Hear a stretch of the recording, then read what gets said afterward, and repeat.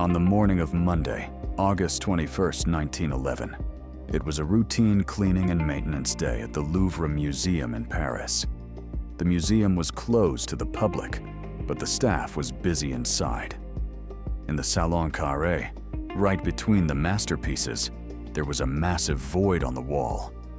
At first, no one realized the painting had been stolen. Security guards assumed the piece had been taken to the studio by the museum photographer. The Mona Lisa was missing for a full 24 hours. The museum management only realized the situation on Tuesday morning when an artist asked why the painting wasn't in its usual spot. This event triggered the largest media frenzy in art history. Newspapers were plastered with the headline, "Who stole the Mona Lisa?" and thousands of people queued in front of the Louvre just to stare at the empty spot on the wall.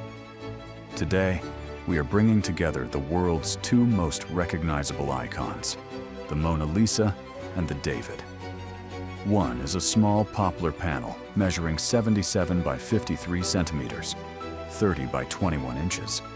The other, a massive marble colossus, standing 5.17 meters, 17 feet tall. While one draws the viewer in with a mysterious gaze, the other defies its enemy with physical grandeur. We begin the story of these two peaks of the High Renaissance with the owner of that empty wall. At the beginning of the 16th century, Florence was the beating heart of art. Around 1503, Francesco del Giocondo, a wealthy silk merchant, commissioned Leonardo da Vinci to paint a portrait of his wife, Lisa Gherardini. For this painting, Leonardo chose a fine-grained, durable poplar panel instead of the traditional canvas. He applied a lead-white primer to the panel, creating a surface that allowed light to reflect from within the painting.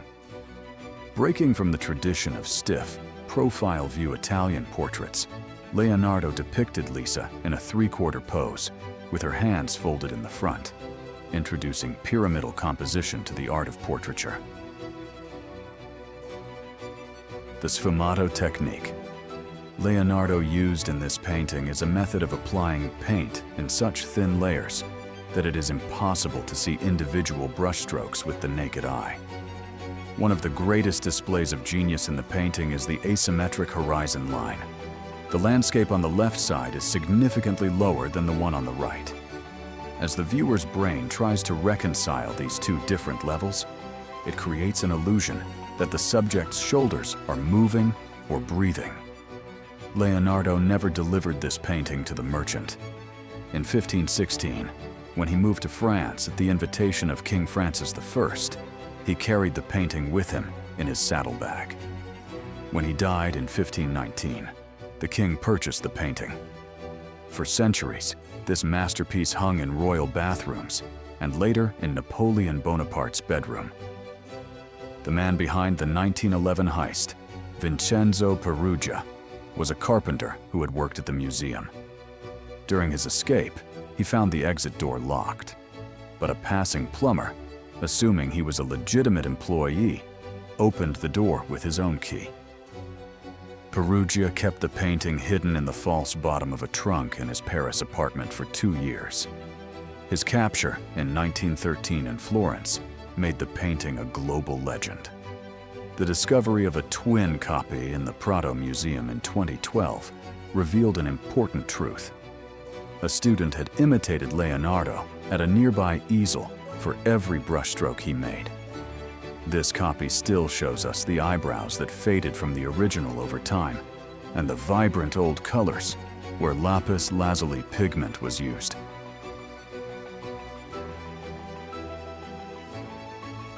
The Mona Lisa invites the viewer into her own world with soft transitions and optical mystery. But in the streets of Florence, paint would be replaced by steel chisels and heavy hammer blows. If you enjoy SynchroArt's videos that combine history and engineering through deep research, please don't forget to subscribe and like the video. We now transition from the silent smile of a woman to the birth of a giant from a mutilated block of marble that no one dared to touch for 40 years. Michelangelo's David was born from a massive marble block, nicknamed the Behemoth, which had been abandoned in the cathedral courtyard in the 1460s. In 1464, Agostino di Duccio began carving it, but accidentally gauged a large hole between the legs, mutilating the stone. When Michelangelo took over in 1501, his biggest obstacle was how narrow the block was.